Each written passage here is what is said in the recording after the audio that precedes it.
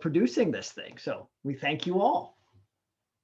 Yes, what Ben said. Thank you. So nice to see some new people here. I know we've got some familiar faces too. Thanks for joining us again. I'm looking forward to this one. For those of you who weren't here for the first episode, welcome to the Cybersecurity Centaur. And basically, I want to really quickly, because I did this in the beginning one too, for the new people, explain why it's titled that, because I bet, it feels a little random. It's no problem. I was attempting to do like a play on words, right? And do like a, centaurs are half human, half horse. So I'm thinking in my head, and I had planned on having a logo, and I kind of dropped the ball there. But, a half human, half cyber sort of logo, because that's what our shows are about, right? It's about the technical aspects of cyber as well as the human aspects. Also, the other name I had in mind was like info security, like info seconds, like 60 seconds. But info security seconds, see, right? But for cyber center, I'm pretty good at naming stuff, things that, but Cybersecurity Centaur sounds like the cybersecurity center where you come for all your cybersecurity needs. Guys, this is the stuff that happens in my head when I'm just, hanging out. So welcome again. We've got two awesome guests. I'm going to let Helen introduce herself first, right after I go. So I'll wait. I probably should have just introduced myself first, but I'm Samara Williams. I work at Cardinal Health. I'm the manager of the threat operations team. And basically what we focus on there is threat intelligence and vulnerability management with some threat modeling and technical risk communication sprinkled in there. So please, Helen, go. So I'm Helen Patton. I used to be the CISO at Ohio State, and I can only sort of call on that for about another month before people start throwing things at me. For the last 2 months, I've been an advisory CISO at Duo Security, which is part of Cisco. So I've gone over to the dark side and now really involved in sort of helping think through what security products do security practitioners actually want and need, and helping the Cisco teams think about how to deliver those things. So that's what I do. I'm based in Columbus, Ohio. So there you go.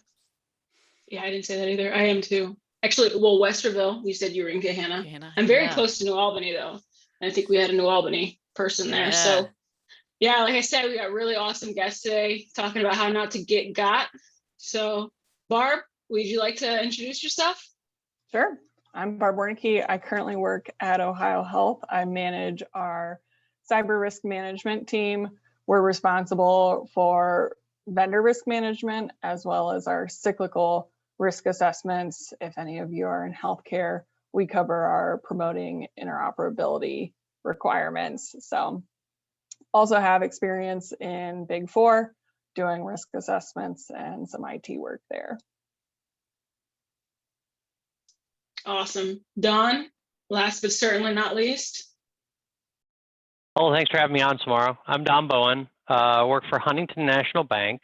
Work in an area of our security organization called Cybersecurity Outreach. We have the communication side too. So for those of you who might be Huntington customers and you get emails or invites to webinars and things like that, those come from my area and my staff who works on them. And since there is a individual from my prior work life on here, I'll go ahead and state that I retired from the National Security Agency after 30 years of federal service there. So shout out to Josiah, who's still keeping the world safe for democracy and working for the U.S. government in cybersecurity. I had no idea. That's awesome. So yeah, Don gets to do this kind of stuff for his daily job. And I think that's pretty cool. It's goals right there. So what are we doing today? We're talking about personal security. And if you guys were in the last episode, we actually somehow made our way to saying, don't get got. And that's literally what this whole thing is about, not getting got. So we talked about threat actors in the first episode, how they don't only target large organizations. They target individual people as well. So what we're going to do is we're going to talk about different stages of life, right? children, teenagers, young adults, working adults. And finally, what happens once you're dead, once you die, once you're deceased, once you perish?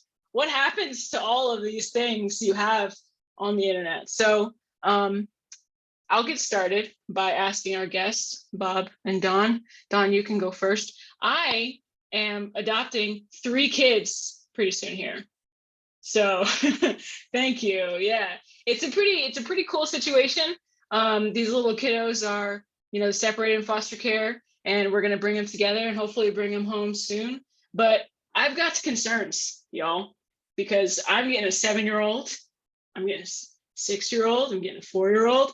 They're gonna start already knowing how to work on these technological things, right? And making sure that they're doing the right things without saying, hey, there are threat actors out there and they're gonna look at me like I'm crazy, right? So I personally believe one of my bigger risks is, I worry about location data, right? We've had this kind of conversation as a group where I've like, well, what if one of my kids, right? I'm adopting these kids, they've been through some things. What if one of them is a runner? What if they want to take off? How do I keep track of them? Do I put like one of those bracelets on them? I can't chip them like a dog. I could, but I won't. I also, don't, Alyssa's dying here, but I also don't, want one of those backpack leashes. So Dawn, can I chip my kids? What do I do here? Yeah, Well, if you're gonna go with the backpack leash, at least do the bungee backpack leash. All right. If they go too far, they get it. Yeah, come all the way back. I like that. Exactly. I like that. All right. So a couple things I will say, because for those of you who are kind of watching these days, identity theft is just through the roof. Mm-hmm. In fact, the funny thing is I have to leave this call to do a client call with a VIP customer around identity theft. And it's rearing its head in lots of different ways. There were a bunch of different breaches that happened over the last 2 or 3 years that really are a trove of personal information. And to your point, first of all, I think you're certifiably insane for having instant family, but good on you. Thank you. Because I love it. And so happy you're going to do it. You guys would be great parents. And I want to spoil them and send them back to your house. You really need to, especially with young children these days, usually when they get to be a certain age, you get them a social security number and things like that. That is the start of when you need to start paying attention from an identity theft perspective. And there's a lot of fraud that happens these days around young children and identity theft, because, you get them a social security number, yay, shortly after they're born, maybe 2 or 3 years old, maybe 4 years old, get them a social security number, and you ignore it until they turn like 16.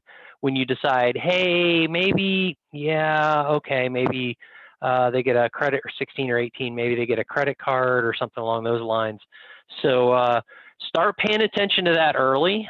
And the thing I will say, and we can dig into it a little bit later if folks are interested in it, go ahead and do the credit freeze on your child's social security numbers on that side at all 3 of the credit reporting agencies. It's worth it. It's free. Don't let any of them tell you it's not free. One of those, and they will remain nameless, is a little bit more sleazy. They attempt to sell it to you as well as offer it for free. You can get it done free at all 3 of the credit reporting agencies. So I'll stop at that and turn it over to other people to talk. I think the other thing that amazes me with kids in a certain age range, they know how to turn off those parental controls, and you won't always know when they've reached the age where they can turn off those controls. I don't have kids. I am not as inclined to take on that as you are, Samara. So I am glad that there are people in this world like you. But I know I have a little sister with big brothers, big sisters, and she'll take my phone from me, and I'm like, oh my gosh, what are you doing? I didn't even know you could do that. So I think just knowing what the apps they have on their device can do, knowing what the parental controls can do, but then also knowing you have to go back and check in on them. And that's probably not enough. Having conversations with them and teaching them what good behavior is when they're on the internet is probably the most important thing. And checking back in on those conversations as they age and hit new milestones is going to be really important too. Yeah, I would tell you, so I have a 21-year-old, so they've sort of grown up and gone through that sort of teenage stage of where as a parent, you're like, do I monitor? Do I not monitor? What kind of monitoring do I do? Do I lock down my home network? What does it mean when they're not on my home network? I decided I was not going to monitor my kid. And go down the path of talk to your kids about what they're doing. But you have to be like right there online, because like right beside them while they're online, because they can get to any piece of information they want, and a lot of information they didn't know they didn't want in a hurry. And so being there was really important. On the other hand, if that's not the kind of parenting you want to do, fine. There's a whole bunch of apps out there. Most of the Wi-Fi providers also enable parenting controls. So at the Verizon level or the AT&T level, you can get reports of who they've texted, who they've called, what websites they've gone to on their data plan, perhaps that kind of thing, if you want to do that kind of stuff. But there is still a lot of conversation with like sort of the general community about what's the appropriate amount of monitoring, if any. And you know, what's a kid's right to privacy? One of the things that I think about, we have a tendency to put all kinds of pictures of our kids and our dogs and our cats online.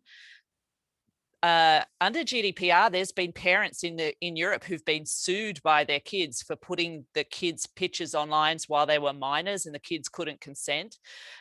So you know, give some thought. I would. In hindsight, I didn't do this at the time.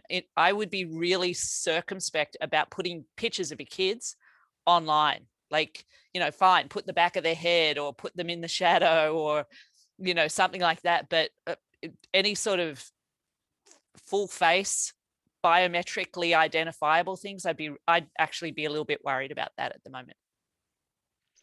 Yeah, you could do a lot of cute stuff, put little emojis right over their face, right in those pictures. Yeah, you got it. The world is a oyster in that respect. So I gotta ask this question though. If I chip my kid, okay, just give them a phone. It True. doesn't need to be subdermal. Just, you know, hang it around their neck.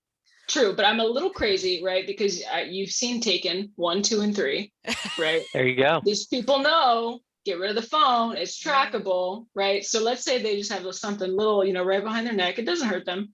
You know, it's just there. There's a watch. There's a watch. There you go, though. There's a watch that acts as a watch, and it's called, I think, Firefly. And it's also a pre-programmable cell phone. So it has 4 buttons, and you program those buttons with specific numbers, and those are the only numbers that can call. Oh man. So it has GPS, it has, you know, really basic cell phone capabilities, but it's also a watch, and they wear it on their wrist so they can't lose it. And it doesn't look like a phone. That's cool. Well, and again, you know, so adopting 3 kids, I'm taking donations. Anybody wants to purchase some watches for me? I have 4 kids. I'm kidding. I have 4 kids. I know, you were goals. I plan to have a basketball team, but right? You know, yes. Right. We have the core part of the soccer team. Mm-hmm. Yeah. Don't forget. So we're building that out. If you can track them, someone else can too. Right. That's what. Yeah. Go ahead. I think it also comes down to age. Like my oldest is 11. He's going to be 12 here in a couple months, and he's wanted a cell phone for probably over a year. There's no reason for him to have a cell phone. He doesn't drive himself anywhere. My husband and I know where he is at all times. And if he's not specifically with us, then he is in the care of another capable adult with access to a phone.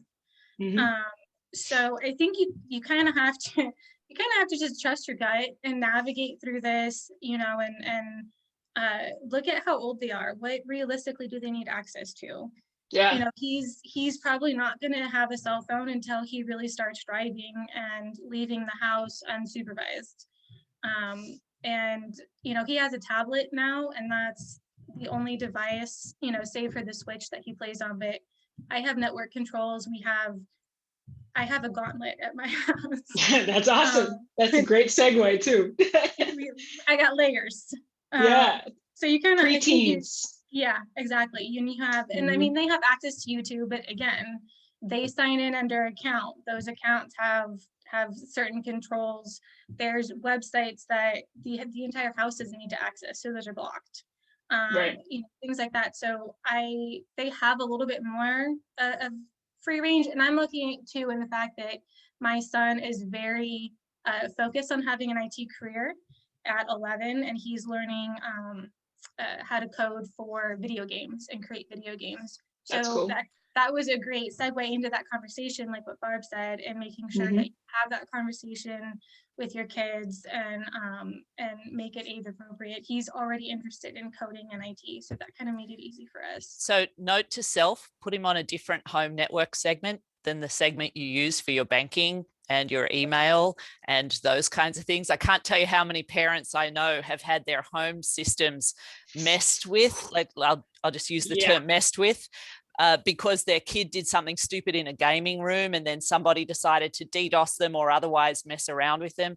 So segment the risky people in your family. And so Samara's family is segmenting her.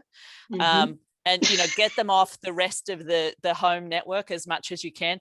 It's a great lesson for your 11-year-old to learn how to do that. So you're he's helped me. We have proxies. My husband's on AWS GovCloud, so he has his whole home part of the network. We're actually working on updating and upgrading our wireless router and everything. So he's really, I'm lucky. He's interested in all of this, so he likes helping me do all of this and learn about, you know, not only the hardware but the software that goes along with it, and why you just don't click stuff. Just don't click stuff. Getting them ready. I think, you know, coding for games is cool, but let's get this kid in cybersecurity ASAP. So Don, out of curiosity, what extra layers can we put on a home network? Like we talked about segmenting, that's always good. Me and my kids will likely be on the same one. I do risky things. Helen knows me best. So what else can you we live do on the there? edge. I live on the edge. Yeah. Well, the one thing I was going to add to it, I put in the chat there, make sure the IoT devices, and, you know, I'm a bit of a gadget freak too as well. So I have odds and ends too as well, but we all seem to buy them and add them these days, and everything ends up on your network, right? And a large percentage of people, it's all flat. But I do highly recommend, thanks Helen for that advice on the segment side of things. I'd put your IoT devices too, segment that too as well. Make sure those IoT devices, you know, whether it's your Alexas, your OK Googles and everything else, are also on their own separate network side of things. That prevents what Helen talked about, the gaming side of things. I do recommend kind of an entertainment segment side of things, right? Because you'll have cable boxes, you'll have, you know, Switch, PlayStation, all the rest of those types of things, which will have heavy duty streaming requirements too as well. You might actually, if you architect it right, help yourself out from a bandwidth perspective too, and a little bit of quality of service there. So make sure all of those devices and everything you have on your network are both up to date with the current patches. I know a lot of gaming systems these days have gotten better on that. But, you know, all of these odds and ends things that we have now all have new hardware, firmware, software that needs to be updated. And Helen put it there in the chat side of things. There are still a large group of consumer items out there that you buy that have default passwords in it. You know, admin, right? So the bad guys know that too, and they're going to take advantage of it. So change those passwords, make them strong on that side. We can talk about passwords later if you guys want. And then make sure you're updating them from that software and firmware too as well. So Michael in the chat asked, would you recommend using a home VPN? I think this is an opportunity for like a mass debate. And I purposely separated those words. I actually think from a home perspective, I don't use a VPN when I'm at home. I do have a VPN on all of my devices, and as soon as I leave the house, I go somewhere else. But I know plenty of security people that would say absolutely no, use a VPN at home as well.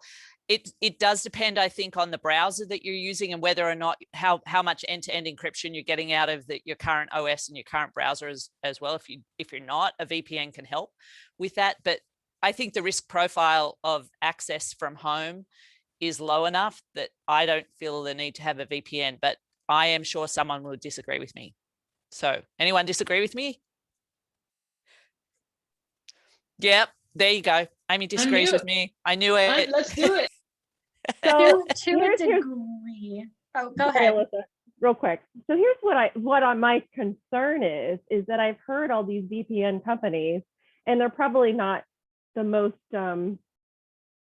notorious ones, but you hear about these VPN companies that get hacked, and now all of and they've got access to everything you've been doing, right? So if that company gets hacked, or you're relying on that company not to maintain all the data because they essentially have everything that you're doing. So that concerns me, man.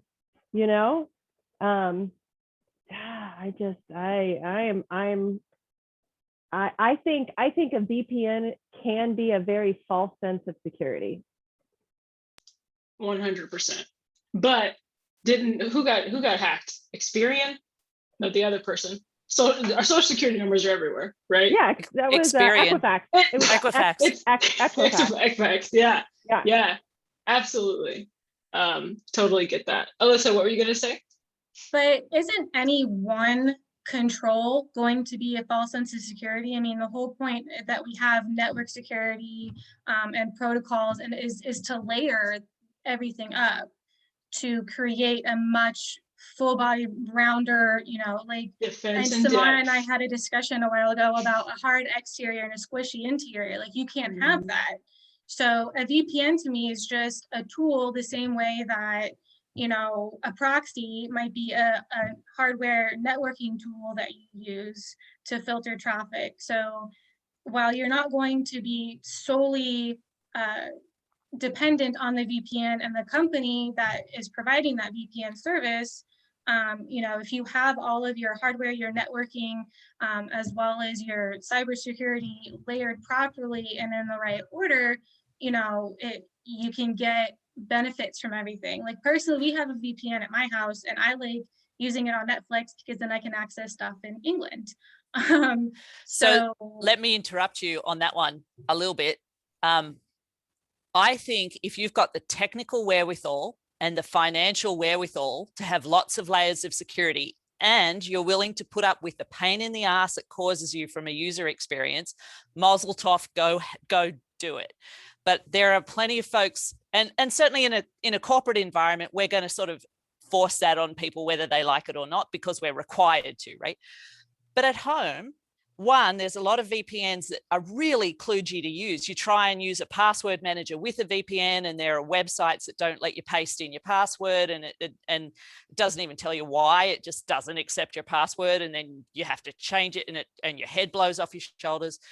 And then you've got people who have disabilities or infirmities that make it really hard to use some of the technologies. Like, just sitting here and saying, hey, it's a really good idea to segment your network is technically true and a sound security strategy and beyond the technical capabilities of most people.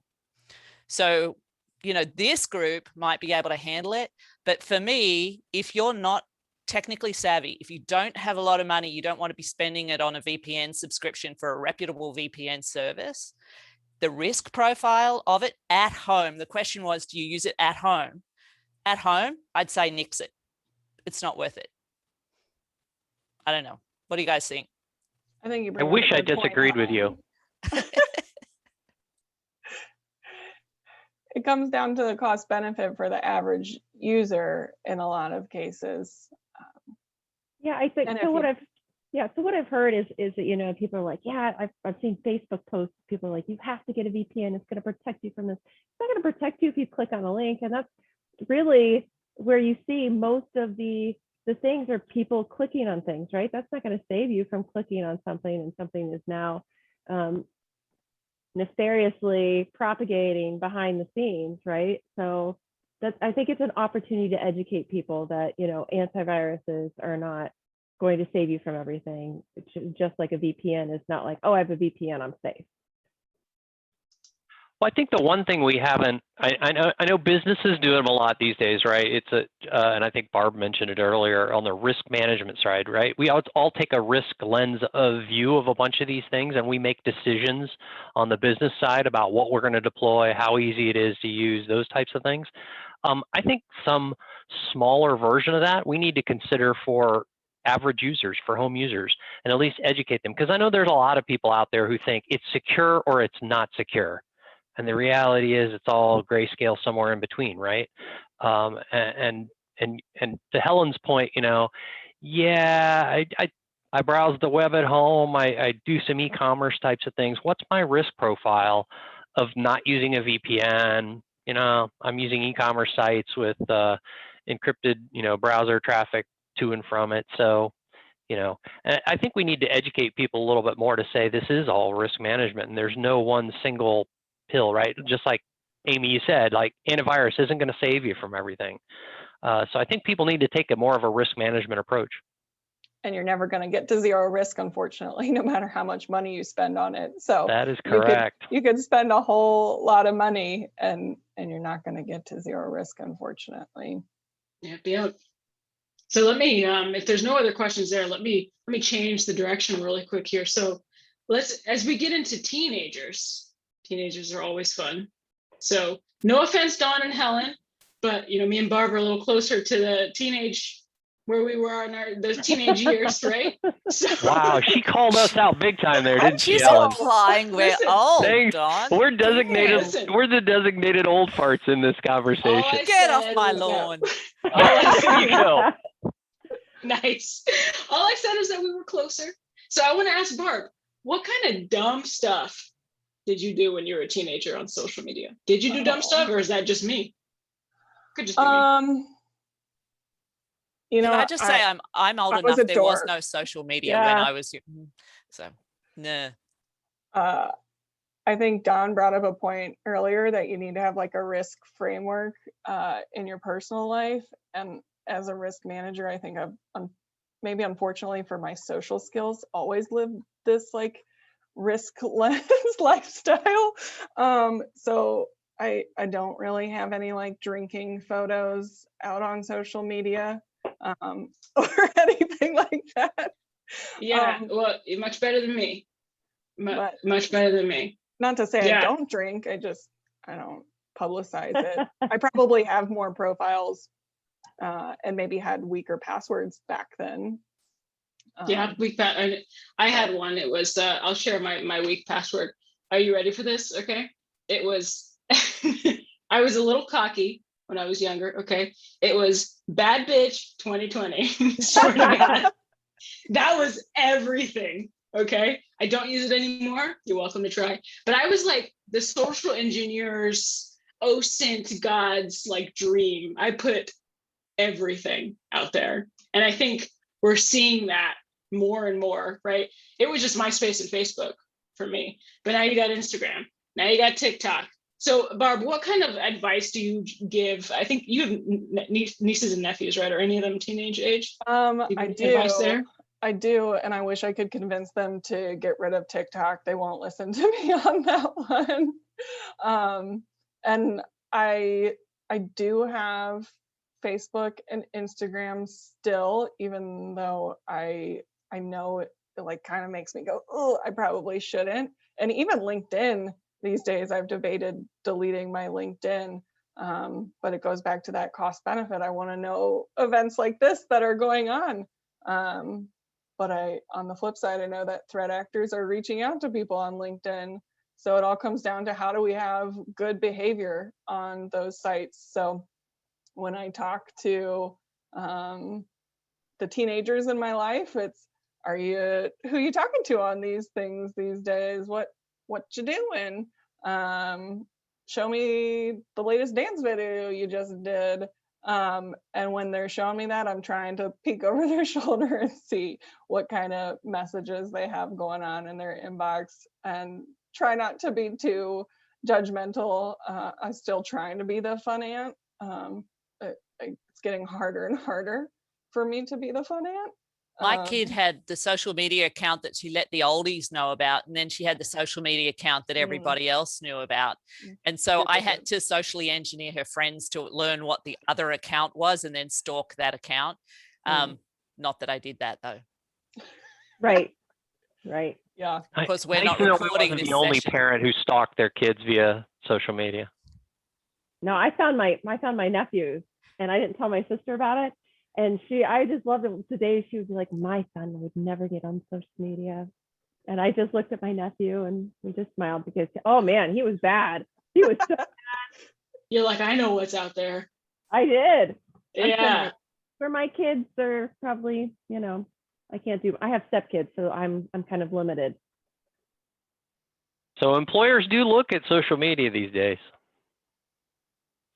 Yeah, so teach your kids how to set their privacy settings There you go. on their social media accounts where they can. Keep doing dumb stuff and get hired.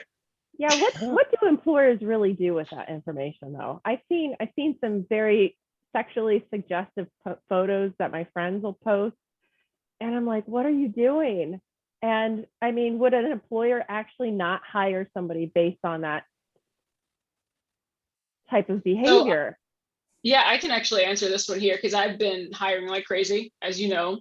Yeah. I've had 7 recs in the past like 6 months. So I've been using Twitter like crazy, right?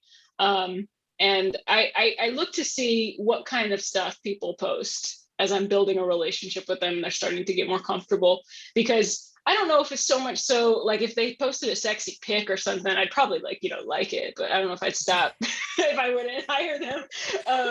I think it's more so about just putting everything out there, because I would compare that to, it's good for me, not so good for them, but I compare that to what's the people who are currently on my team.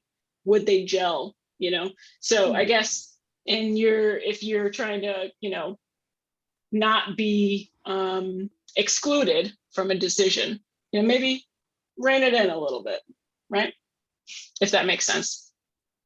Yeah. I don't go look. I personally try to avoid looking. I don't want to see what's out there.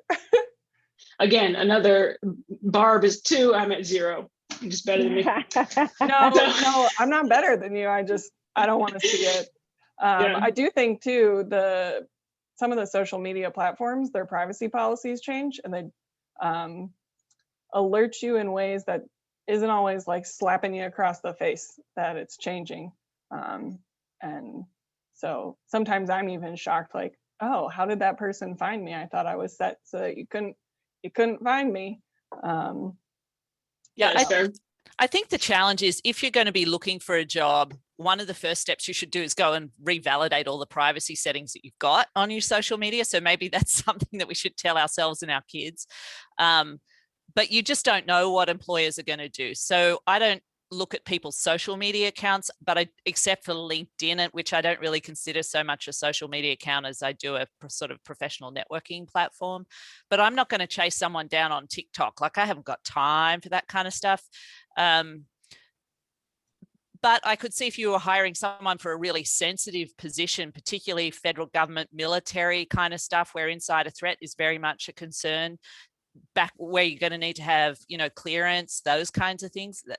That shit's out there, right? So, I think you're just going to have to assume that there's going to be a potential employer who is going to try and look, and just do what you can to try and not have something out there that you wouldn't want public. Yeah, I don't know. But on the other hand of that, right? So I consider myself to be a pretty diverse individual. I like to put that stuff out there about myself, because if there's somebody looking for a role and they're prejudiced towards LGBTQ PIA plus, I don't want to work for them. Right. So please disregard me, right? So I guess there's 2 sides to that, right? So if there's nothing, Barbara, were you gonna say something? I was just gonna say, don't ever hide those things. No, it's just never. the beer bong picture, Samara. Yeah, but yeah, Samara, we're gonna have to talk about Hey, that. well, I thought we all agreed we weren't going to call her out on that. it's okay. I called you guys old. You can call me out, whatever. Which is also worse, by the way, but different conversation. You guys are seasoned and fantastic individuals. Season. I think that was a salt and pepper kind of. Yeah. Excuse better me while than I bland. take a nap. Get off my lawn. So we can now, let's move into sort of the working adult. We talked about privacy settings. All of the stuff we talked about actually works for adults, right? Home lab. Is there anything else that we're missing there, Don? I think we talked about location data. What else can we do? Password managers. That's what we didn't talk about yet. Yeah, we can talk about password managers, and then there are some things on the financial side I'd recommend. But yeah, let's talk passwords. And I know we've got a large percentage of security folks here on the call, but let's be honest. Everybody and their brother reuses the same password across multiple accounts. All right. I'm seeing one or two people shake their head no, but yeah, you're the exception to the large rule, because a lot of people, and for the bad guys, that's the reason why credential replay attacks work, right? That's the reason why they are throwing usernames and passwords from the last breach against every website that's out there to see if they get a hit. So yeah, passwords, it's the same thing. Everybody says, yeah, longer passwords, special characters, all the rest of that kind of stuff. My favorite one, and since we're in an adult crowd, I could say some of these things. My favorite one is I say, don't use a password, use a passphrase, right? Remember, and I'll be sexist here for a second. Guys have a special gene in their brain. We remember stupid lines from movies. It's just, there's something genetic about us. So make it a line from a movie, remember all those words, sling them together, put some extra things in there, and you got yourself a better password. But in the grand scheme of things, and I also say to some people, I've said this to a couple audiences when I gave webinars, hey, we're all adults here, put a bunch of naughty words in that password, and you can guarantee you won't share it with other people. That's the good side of things, because you won't admit the fact that you know those naughty words. Unless it's Samara, because she's good with that. Yeah, well, she lets her freak flag fly. I know that. But in the end, I didn't used to be a person who ever recommended password managers. I've changed my tune in the last 4 years or so. Anybody else now think it's socially acceptable and okay to use password managers? I do now. So I actually recommend it to folks. I use one myself. There are way too many passwords to remember out there. When we get to the death section, password managers will come back, because it's a lot easier to transfer information about how to get into your stuff by having an emergency password vault password that you can share with your estate, family, loved ones, than it is writing down all your passwords and keeping them in a drawer on the off chance that you get hit by a bus today. So password managers are good for transfer of assets after you die also. Not to, be a buzzkill to the conversation. I wanted to talk about that. So literally murdered. But say that again, Barb, what were you saying? You wanted to talk about death. I love this topic. Not death itself, security after death. Okay. But I want to give Don, I know he wanted to talk some finance stuff. That's his wheelhouse. Oh, okay. That's his shtick. We want to touch on that really quick, and then we can go into a few quick pointers. And a lot of people, some of it's common sense, but I think sometimes people just don't put two and two together with it. First things first, your bank probably has a mobile app. Use the mobile app. There are a lot of hacks and attacks that revolve around fake websites. Your mobile app generally is immune to those. Your mobile app has security built in. A lot of people ask me about remote deposit capture, right? Taking a picture of the check. By the way, if you guys didn't know it, use of paper checks has declined dramatically, while the fraud using paper checks has increased dramatically. But nonetheless, there's still paper checks out there. So be careful with your paper checks. And one of the things you need to do with that is not allow that paper check after you take the picture of it and deposit it. Destroy it after it's cleared, right? After it's cleared the banks, and you get rid of the paper check, put it in your shredder. And a couple other quick things, credit cards. Okay, don't tell Huntington I said this. Use credit cards, not debit cards, for a lot of these purchases. You're protected much more with a lot of the guarantees around credit cards. Know how to use your mobile application to lock your credit card, because if you lose it, I lost mine for like a day or two, didn't know what I did with it. This was pre-pandemic. It was beside the driver's seat in my car. I couldn't find it. I locked it. I figured if it didn't show up in the next day or two, I'd order a new one, kind of thing. But it showed up, found it between the driver's seat. Set alerts. A bunch of your banks now offer you the ability to set alerts. One of them is a dollar limit, right? You know the kind of purchases you make on your credit cards. Set it somewhere up there that's high, but not the most amount you'd ever spend on it, just so you can get that alert when somebody does it and it's potentially not you. Which brings me to the last one. If your bank's any good, they'll allow you to alert on things called card not present. So transactions, online transactions and things like that. So look for CNP, card not present alerting, and set it up on your phone. You'll get a text message that says, you made yet another Amazon purchase, right? But you're going to look for that time when you go, yeah, that wasn't me, and then you're going to immediately lock that card and notify your fraud department. So a few things. Honestly, it just keeps you from the hassle of having, compromised credit card numbers and things like that. Yeah, this is where I make the joke where, because of that alert, I know exactly when my wife is shopping at Target. Every single time. $50, $100. Like, what is it? We have enough blankets, okay? Goodness gracious. So before we get to debt, though, is there any question? Well, they're soft, so that's nice. Any questions for Dawn related to some of the finance stuff? You can unmute, you can put it in the chat. Go ahead. I used to work at a bank, and what we would tell our customers a lot about the alerting, and kind of just building off of what Dawn said, is also set an alert for something between $150 and $5, because a lot of time if your card has been stolen, or if they're doing a card not present, they'll do a very low, small, what we call gum purchase to see if it goes through, and then they do a $200 purchase to see if that card is active, and the bank is still letting money be charged on it. So if you do really low alerting as well, for like that gum purchase, and it's not you, you can usually stop it before they even get to the larger dollar amount purchases. Yeah, that's fair. Yeah. I shop so much though, I could get alert fatigue immediately. So the other thing that is not quite financially related, but sort of is, if you've got a university email account, university email accounts are used fraudulently all over the place, which is not to say that the university's email system has been compromised, but people will take the email account and use it on other websites, because a lot of students will do that. So don't use your university email accounts for financial banking purposes or any other place where you would be doing financial transactions or purchases, because they're really super easy to use fraudulently. So just a note to self on that, if you're a university student or you have one.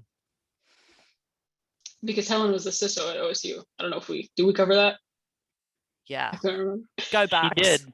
Go Bucks. Yeah, buddy.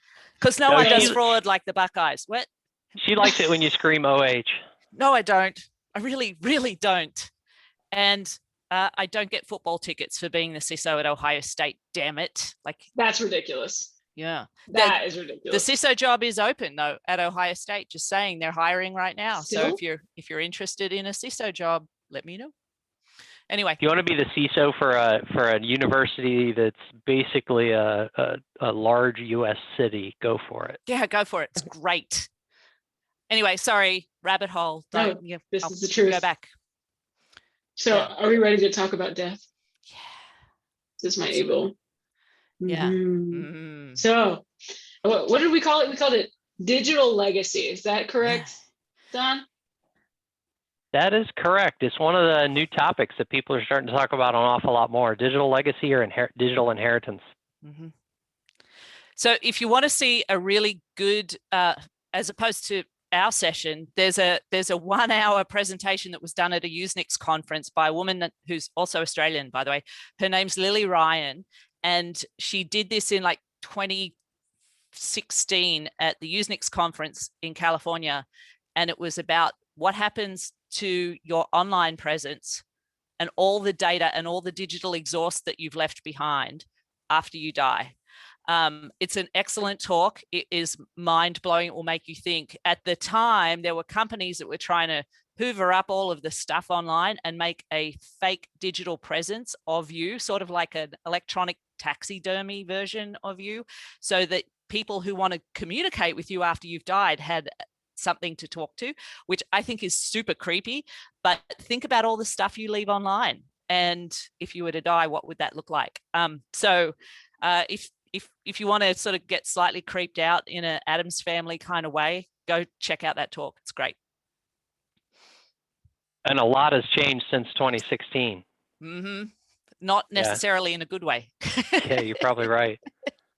I would, especially over the last 18 months, I would surmise we are much more a digital society in the last 18 months than we've ever been, right? I mean, we were pretty hardcore and we relied upon it as a society, but I mean, a pandemic and work from home and all the rest of this kind of stuff has really forced us all, you know, and Samara, I don't know whether you guys heard at the beginning, we used to live in the same neighborhood, and the community decided they were going to bring in food trucks. And I thought, this is awesome. You know, I don't have to fix dinner. I can order from the food truck side of things.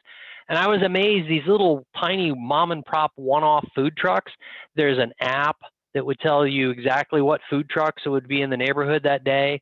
You ordered online, you paid online, they told you exactly what time, they did the whole social distancing thing. It was awesome.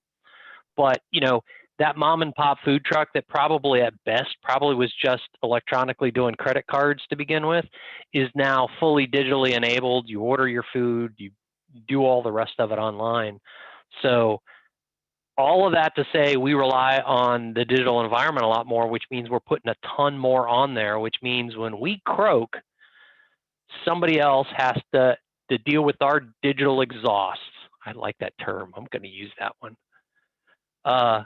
So, and it's not just beer bong pictures from Samara. Well, it might be in Samara's case, but in most other people's case, right? Seriously, if you think about your 401k now and how you manage that, most people don't even get paper anymore. We were joking earlier about things on your home network like IoT devices. My thermostat, right, controls the heating, ventilating, and air conditioning in the house, but it's all controlled by an app, right?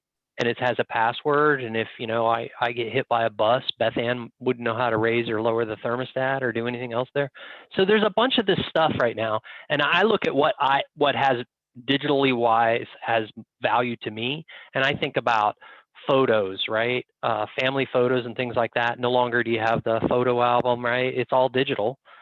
So, and you want to pass those types of things on, and things that are important like your 401k.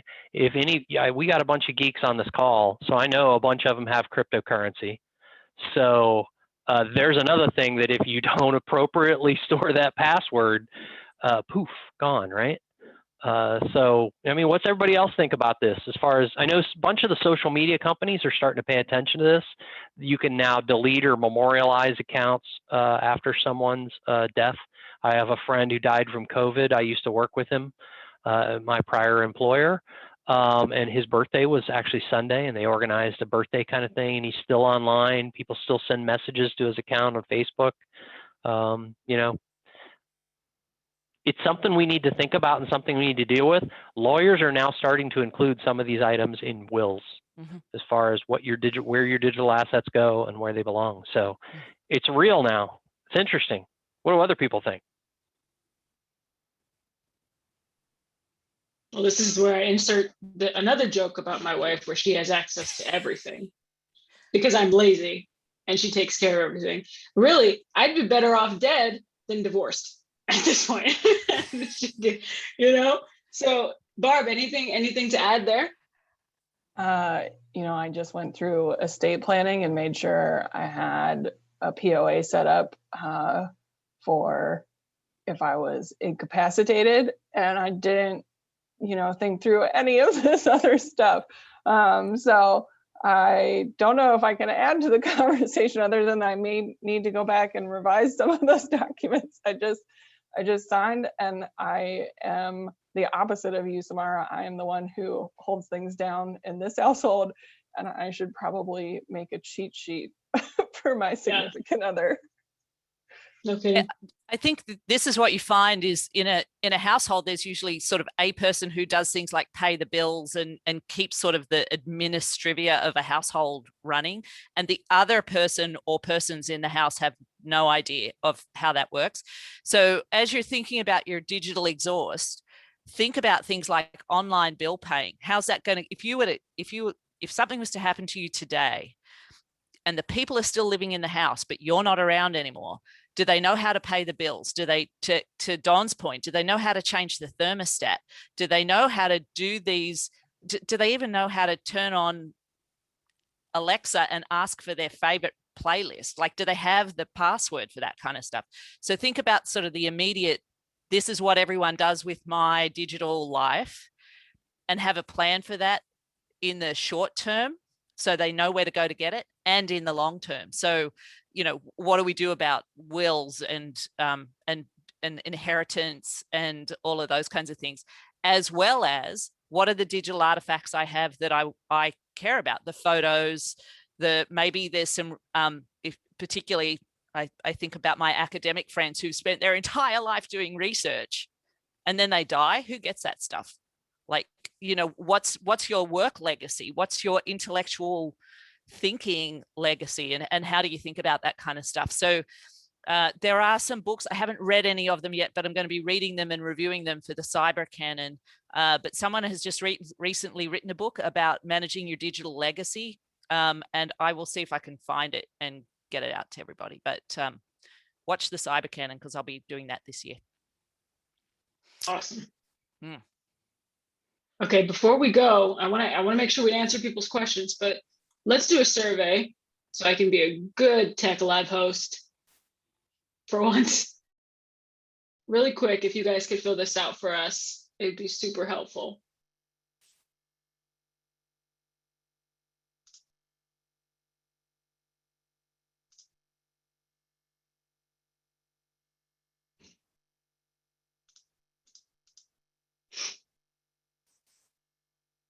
Are you going to yell pencils down?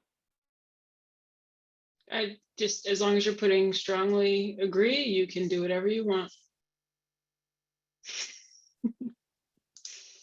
It's a purely scientific survey. Yes, definitely. We'll get the And metrics. we're tracking your data on the back end. We didn't tell you that. Exactly. By filling this out, you signed a EULA. You will be chipped. We should have talked about those. Yeah, we should have talked about terms of service. We can put that in the next session. Yeah, do that. Okay, I'm writing it down now. All right. Well, if there aren't any other questions, we can wrap up here. Thank you, everyone, for joining. Thanks, everybody. Thanks. Thanks. Good to see you guys. Thanks. We'll see y'all. Thank you. Bye.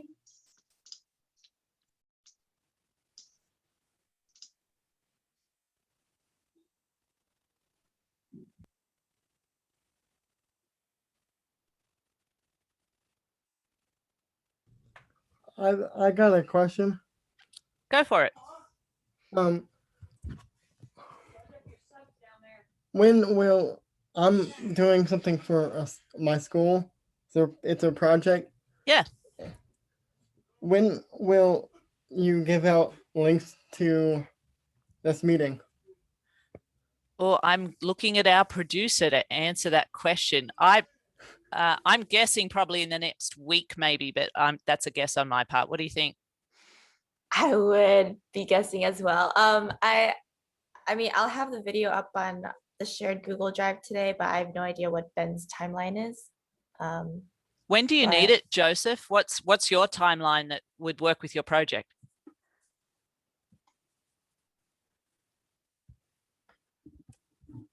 Oh, you're on mute. I guess anywhere in between now and before May 2nd, I think. Oh, so you need Or- it sort of like this week. Yeah. Do you want to send me your email? I'll reach out to Ben now, and if I'll let you know what he says. Okay. Yeah, go ahead and put your email in the chat so she has it.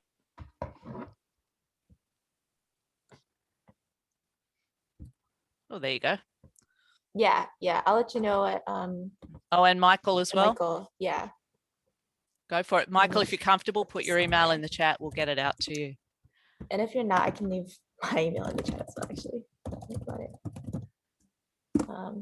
There's mine. I'll copy paste these and I'll email Ben now about when we might see that on YouTube. And Yeah. if you follow me or Samara on LinkedIn, we will probably, if Ben lets us know when they're up on YouTube, we'll probably promote it on LinkedIn as well. So you can get us that way too. Awesome. Awesome. Great. All right, thank you all. I'm just gonna record this real quick and yeah, end the meeting. Sounds good. Thank you. Have a good one. Thank you. Bye. Bye.